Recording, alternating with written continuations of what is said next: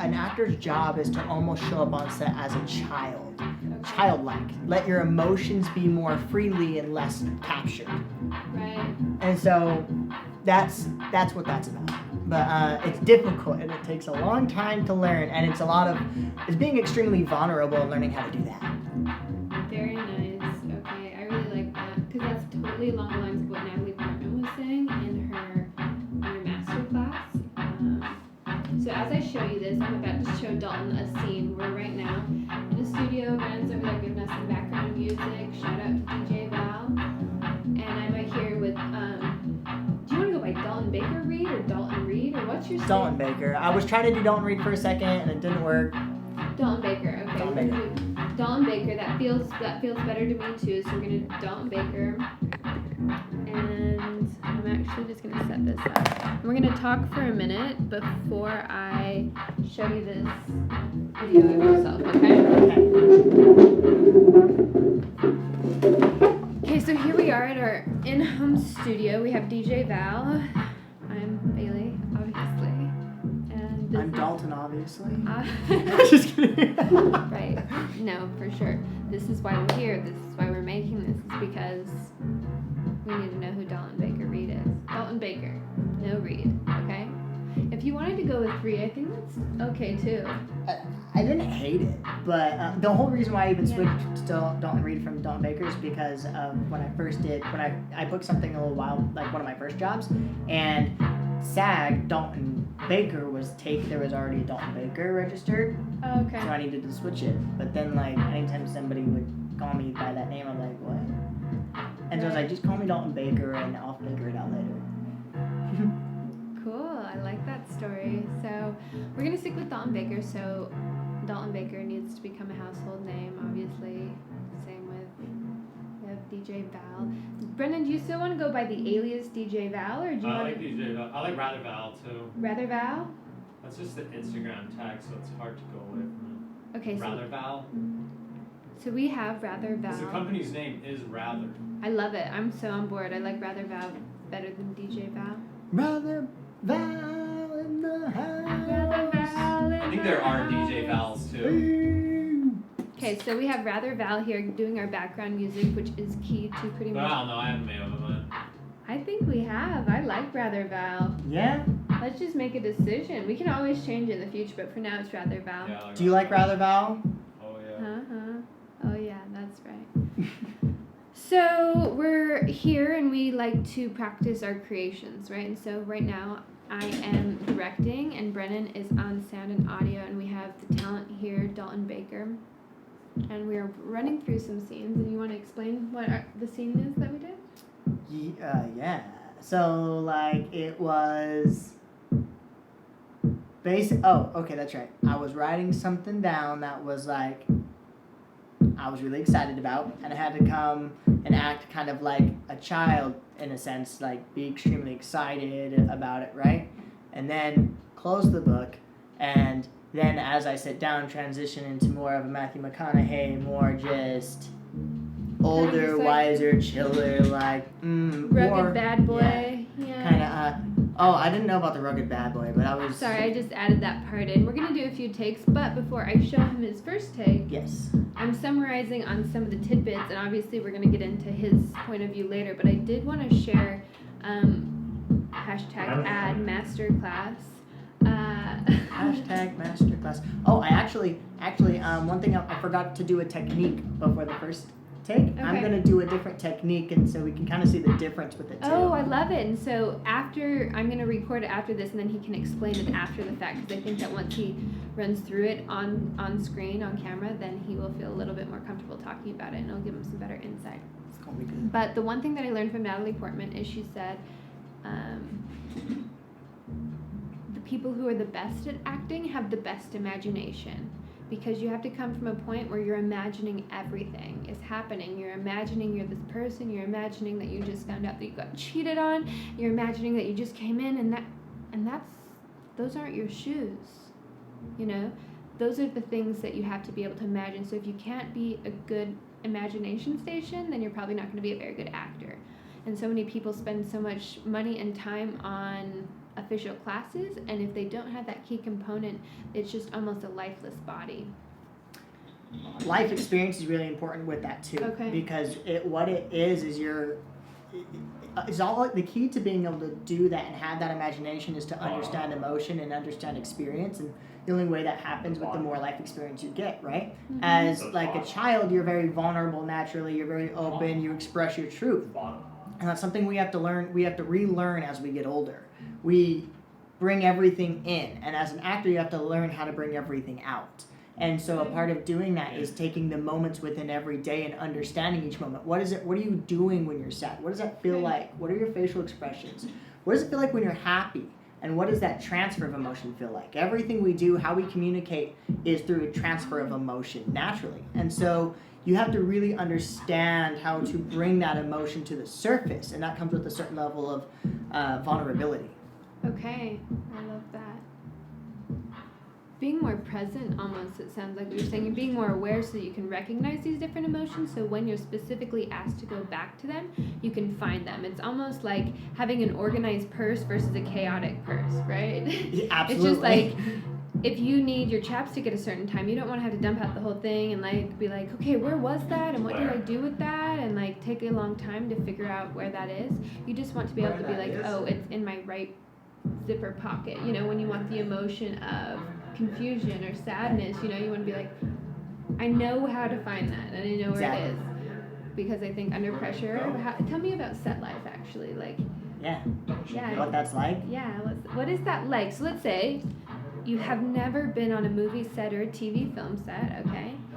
And for everyone at home who hasn't had the experience to star in a big feature film or to be on a hit TV show, you're like, what is the process behind what all goes on? Hair, makeup, lighting? What is maybe some, keep it short, but maybe like top 5 etiquette rules or things you need to know before going on set? How about that? Yeah, absolutely. First off, do not get ready completely when you show up on set. No makeup, nothing on your face. Lotion. You prep your face with lotion a little bit so you have your skin is good to put the makeup on for the artist. You want to prep your skin for the makeup artist if you can, which is always really good, but you don't want to really do your hair. You want to wash it, make sure it's good, but leave it down. Don't do anything to it. And a special note there is that usually if you're confused on what's going on your call sheet, there'll be specific examples of what the makeup artist and hair artist want, or even the producer or director. Like sometimes they want you to come with kind of greasy hair, you know, they want you to maybe come a little hungover or at least look like it. So make sure you're reading those notes, because even though this is a good generic standard, sometimes there are special requests that I know I've forgot to look at the fine details once or twice, and it only has to happen once or twice before you're like, holy crap, I can never do that again. So before you make my mistake, make sure you're always looking at the call sheet and being aware of what they're filming, what look they're going for, what the makeup artist and hair artist want from you, because sometimes that can vary, especially when you get on bigger sets, right? Absolutely. Do you agree? Or I 100% agree. Okay. And I was going to get into that. It does depend on what movie set, or like what character, what roles you're going to play and what they require, but for the most part, you want to just prep yourself by reading the notes, but mainly the biggest thing they're going to ask for is like come with a clean slate, right? And so then you always want to make sure you show up at the set 15 minutes early. You don't really want to show up earlier than that or later than that. You want to make sure you're in your trailer and then stay in your trailer. Don't wander around the set. A lot of people like to wander. But the reason why you're in a trailer is so they know exactly where you're at. Because you're going to have the makeup team come up and say, hey, you ready for hair and makeup? And that's what happens. You get on set. You let them know that you're there. The first AD, you let them know that you're there. You then go to your trailer and then you wait and you sit until they come and call you from hair and makeup. That's the first step. You go into hair and makeup. This is after fitting was done, but that's typically done a couple of days before shooting, right?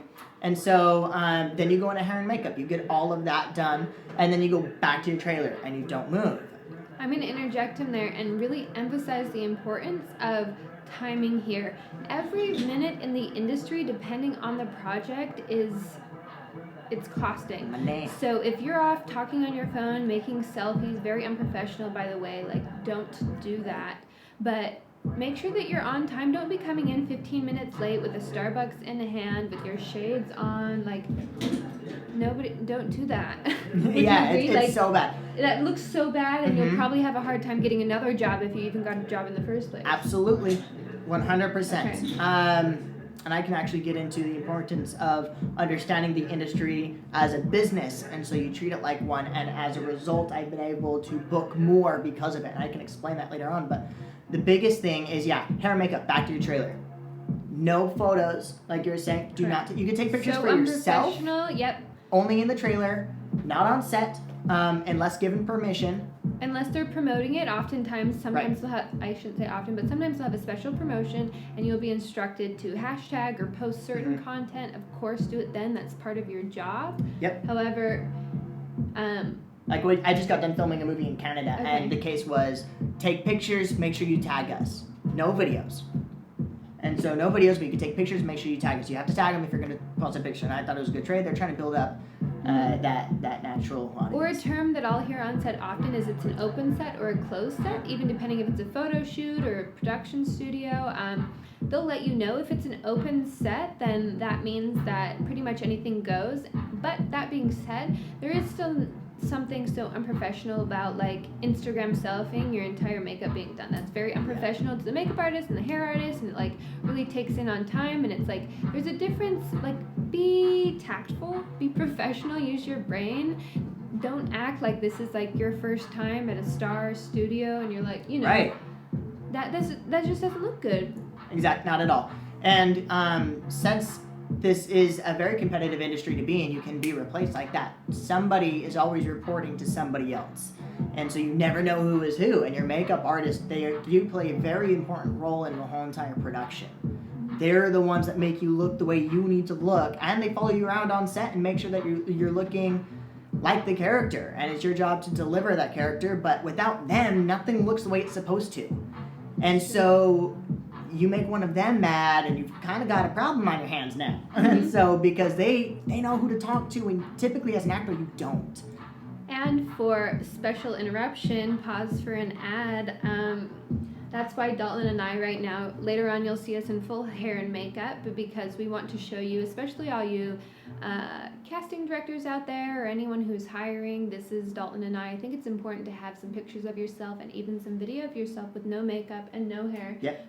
So they can see what they're working with, because even if you are afraid of some of your imperfections, you need to trust these professionals to be able to see the raw finished picture from the, you know what I'm saying? So it's important that you be able to see what we look like. Here's what it looks like. This is a little bit of moisturizer, a little bit of moisturizer. We still have some hair to finish. Shave. So at a certain point, we're going to show you in a video what we look like with full hair and makeup in, but I think it's good for you to also see that you don't want to show up with your fake lashes on, your hair done. The point is to be real. The point is to be real. So trust the professionals to do their job and be able to see your potential and not nitpick you on some of your flaws. And a really cool thing Book to us. do, book us, as an actor, it's important to understand the type of characters that you play, and then you market yourself as those characters, right? So you have 6 different looks. 5 to 6 is a really good way to be. It's a good place to be to have 5 or 6 different headshot looks on characters you can play. And when a casting director looks at that headshot, they should be able to say, okay, he can play this, this, this, this, and this. Like that. Like when I just got new representation out in Los Angeles, and I was signed in the office without a second follow-up meeting or anything, because they looked at my headshot and all I can play this, this, this, and this. They're a really good one. He's humble, but I think it's important that he talks about it, because this is a huge milestone as an actor, and I think that whether it's now or next episode, I think I would like to hear at least some of the tips and tricks that you have. Yeah. You know, signing with a big agency, the Savage Agency. Is there a "the" in front of it? I never know. Yeah. The Savage Agency. So let's say that you're like, I'm new to the industry. I know nothing about the Savage industry. You know. Right. Tell us about it. So if you're just getting into it and you know nothing, because I know exactly what to do, because that was me when I first started. Oh, great. No family members were in it. I had no friends that were in it. All I knew is that I did one play in elementary school, and my 5th grade teacher said, hey, you're really good. Got me into storytelling, right? I was Hermia. Right? I actually did Romeo and Juliet. It was so bad. I did that to Midsummer Night's Dream. That one. Oh, okay, yeah. Oh man, see, that's how bad I was. I was like, I didn't even know what I was doing. I loved it. Anyway. So basically, I learned 5th everything grade. from you, by the way. I learned everything pretty much I know from Dalton, so. She's kind. Okay. So Continue. 5th grade, I got into storytelling. Okay. Right, and this was just me finding out who I really was, and I loved to perform. And I would memorize. Don't ask me to read a book, right? But I will memorize it if I can perform the book. Like, Truest thing I've ever heard from you. I'm like, read this. He's like, no. yeah.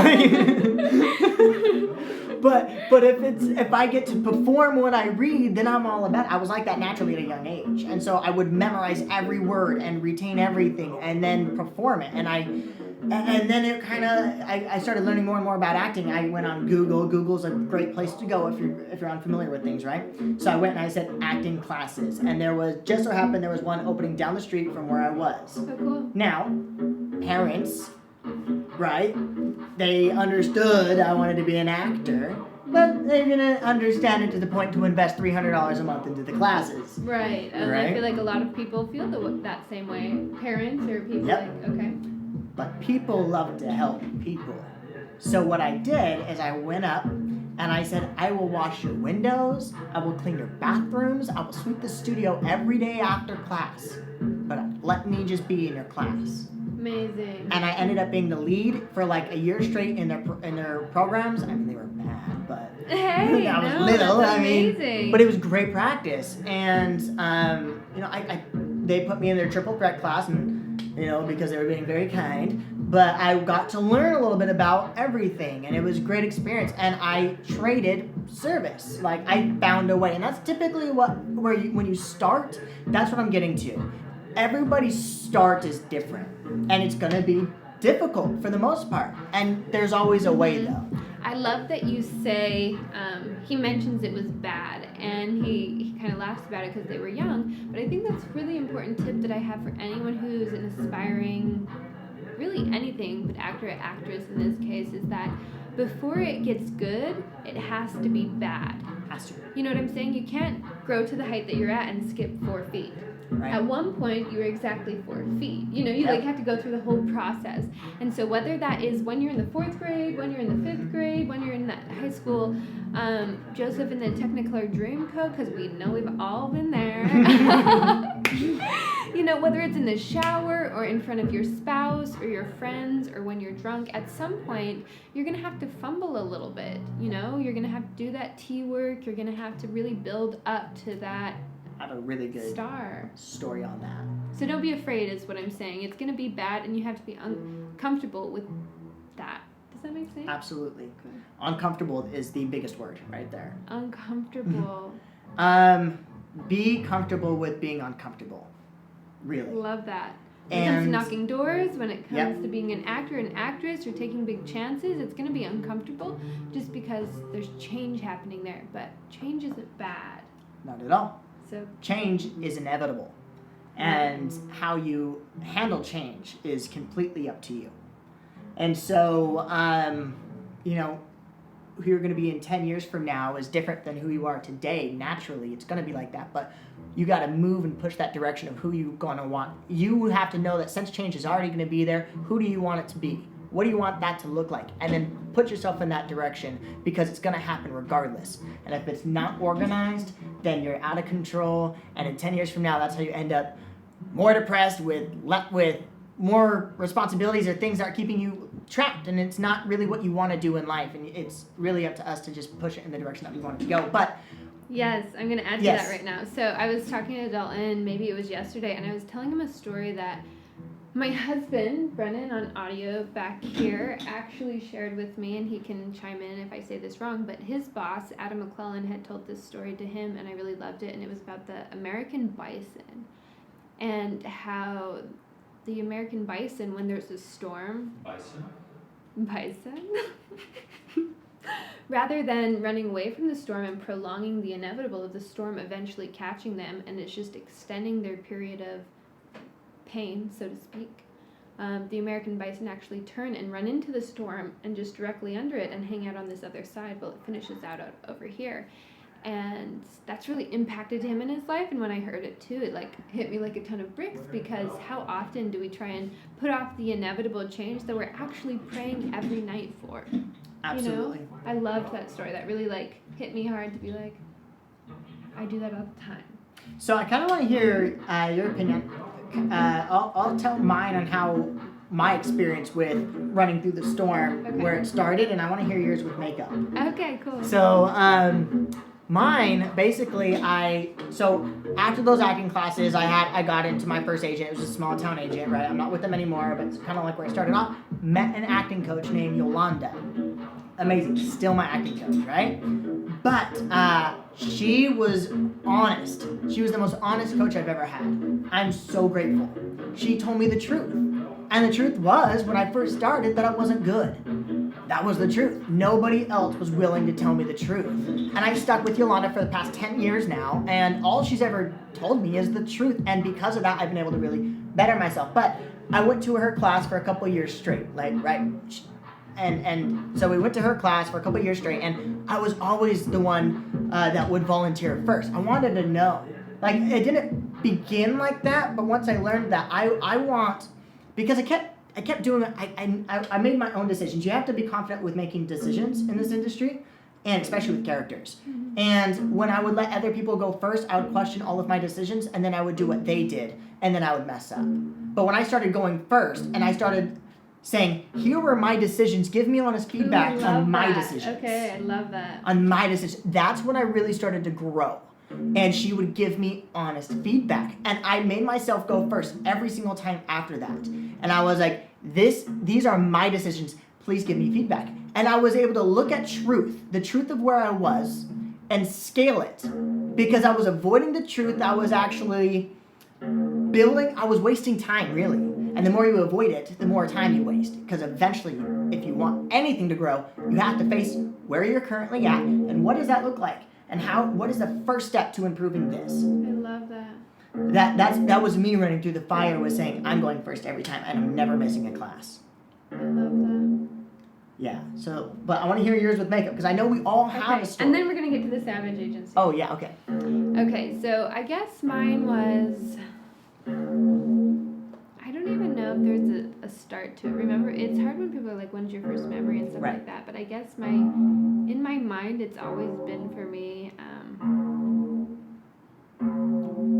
we were talking yesterday about the absence of heat and the absence of light, rather than calling it like warm or Right. dark, so to speak. It's just on a measurement of like how much light or lack thereof, not Yeah. opposites. Remember that? Mm-hmm. And so for me, it was when I'm, how do I say this? I know what mediocrity gets me. And I know that's not how my life ends out. You know? There's always been a sense of, I know what doing the easy choice, the easy thing, settling for less, listening to everyone's negative opinions, I know what life that leads to. Right. And that's just not an option for me. Accepting truth. Accepting truth, and I just know that the hard things are less scary because I know that it's my only option is to do the scary thing. You know, if it's not going in the right way that you want it, then who cares if you spent 4 years getting a college degree? If you don't like to do it, then don't do it another day. You know? That's money. That's money. That's what it was for me, I think. It's just a deep desire to do what I want. Yeah. You know? And knowing that, like, when I start compromising even the smallest amount, it's a slippery slope. You know?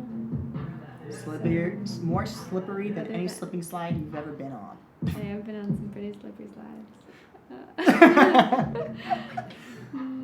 Okay, that was very well said. And I think so many people are going to be able to relate to this as well, because I think we all go through it because it's a part of the process, and there's no way of avoiding it. But it's how we handle it that determines the outcome, right? Yeah.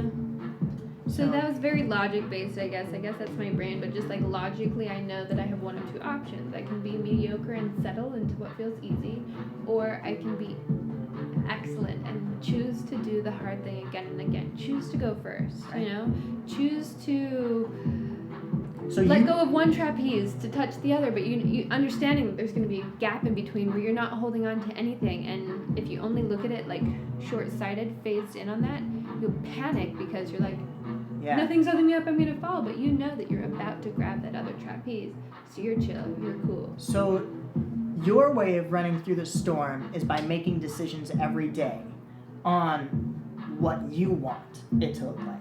Yeah, creating it. It's your life. It's your story. Every day is new. That's like, it's like you're doing a braid and you're like creating as it goes, but you don't know what comes next. And everyone's like, oh no, what's going to come next? And it's like, well, whatever the people who decide to start creating, choose. That's why it's important to examine the process. Yeah. Because then you have to know what the next step is and what you want it to look like. A lot of us do this thing where we trust the process, and eventually we end up somewhere we don't want to go because we're like, it'll happen for me. Nah, it's gonna work. Where you do need that in a sense, but you also need the examination part of it as well. Like you're saying, is when because you do have to trust the process. Don't get me wrong, but you have to examine it as well. And it's an art, like he's saying. I think so many people, it's human nature to gravitate to absolutes and be like, it has to be trust the process and blindly just do what I think and never reevaluate the method, or constantly reevaluating because you don't want to fall into the trap of just trusting the process. Right? And it's just like both of those are going to get you not where you want to be. Ultimately,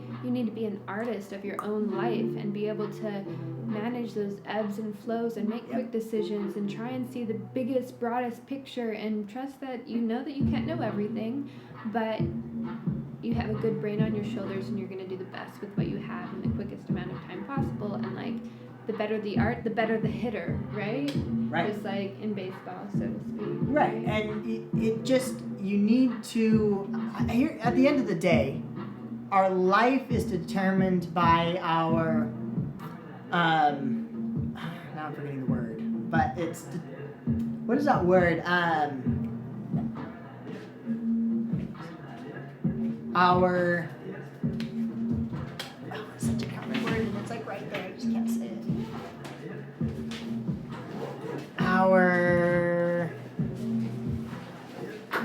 What is it called, like when, not stubborn, but like your way, like it's your...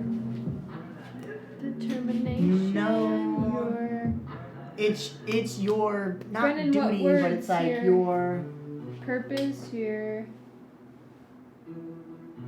worth in a sense. It's direction, like your worth, but it's not worth. It's your value.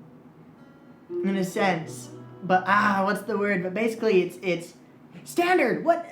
Great, I love it. Your standard, like you're like where you're setting the bar. Yeah. So ultimately, your life is will look the way your standards look. Right. If that makes sense. Your And expectations. your standard, whatever your standard is what your life will look like. Yeah. And so my standards are high. It's true. Like, what will you accept as bare minimum? We can edit most of that out, right? I love it staying all in here. I know. Okay, yeah. But I think it's good because it's just honest, real. right? It's real. We're thinking of what word it is, and we're gonna come up with it. And I'm gonna guess. I don't know. I don't know either. Such a simple word. No, it's good because you don't want to just gravitate to a word that isn't ringing true with you. It's good that you're perfect with your word to try and like. The more particular we can be, I think you get to be more descriptive. You get to have deeper emotions because it's on a more detailed level, and I'm a detailed kind of person. So even if a few words can mean similar things, right? That's why they're different words. It wasn't the word for you, so I'm glad that you used that word.